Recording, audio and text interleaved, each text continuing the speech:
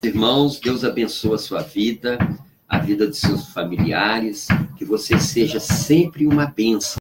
E aí, vamos estudar a lição? A lição de hoje, ela vem falar sobre Cristo no Apocalipse, parte 2, né? Jesus é o centro do Apocalipse. Hoje nós vamos estudar no livro do Apocalipse, Jesus apresentado como...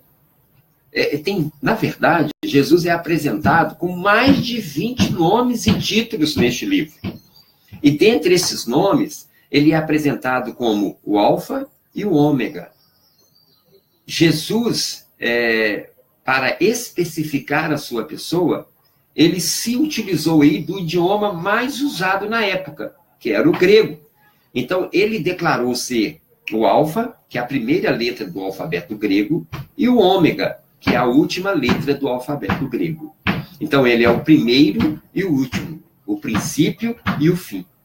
Nenhuma pessoa, por mais influente ou poderosa que seja, tem autoridade para fazer tal declaração, de ser o primeiro e o último. Se nós formos usar a lógica, quem é o primeiro não pode ser o último. E quem é o último não pode ser o primeiro. Jesus Cristo é o único que pode ser o primeiro e o último. E, ao mesmo tempo, todas essas duas colocações. Porque para ele não há limite, nem dimensão de tempo. Para ele, passado, presente e futuro é visto numa mesma dimensão. Ele é o Deus do passado, ele é o Deus do presente, ele é o Deus do futuro.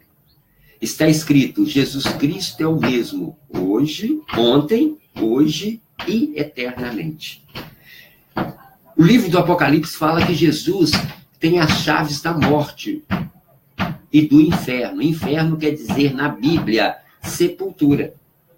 Os seres humanos, nós seres humanos, nós temos uma repulsa inata em relação à morte. Porque nós fomos criados apenas para viver e nunca para morrer. Então a morte, ela é uma intrusa. Ela não foi planejada. Por isso, durante o seu ministério terrestre, Jesus mostrou imensa compaixão pelos enlutados. Quando ele viu a viúva de Naim, levando seu único filho para a sepultura, ele se compadeceu dela e lhe disse, não choras, não chores. Isso está em Lucas 7,13. Ao desolado Jairo, né, pai daquela menina de 12 anos de idade, que tinha acabado de morrer, Cristo consolou este homem, dizendo, não temas, crê somente. Marcos 5,36. Toda vez que a morte atinge nossos queridos, Jesus é eternamente comovido pela nossa dor. Seu coração compassivo, ele chora conosco. Mas Cristo faz muito mais do que chorar. Tendo vencido a morte com sua própria morte e ressurreição, ele tem as chaves dela. E promete ressuscitar para a vida eterna todo aquele que nele crê.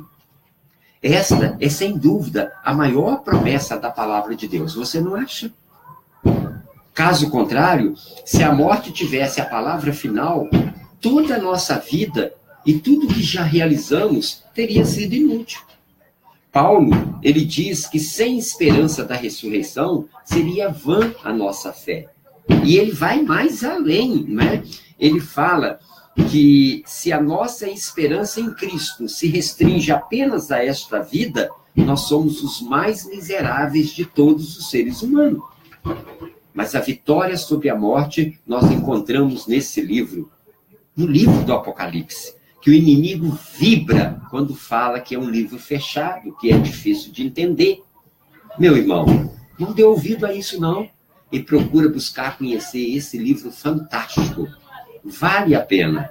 Eu busco conhecer esse livro todos os dias. Que Deus seja louvado e que abençoe ricamente a sua vida, em nome de Jesus. Amém.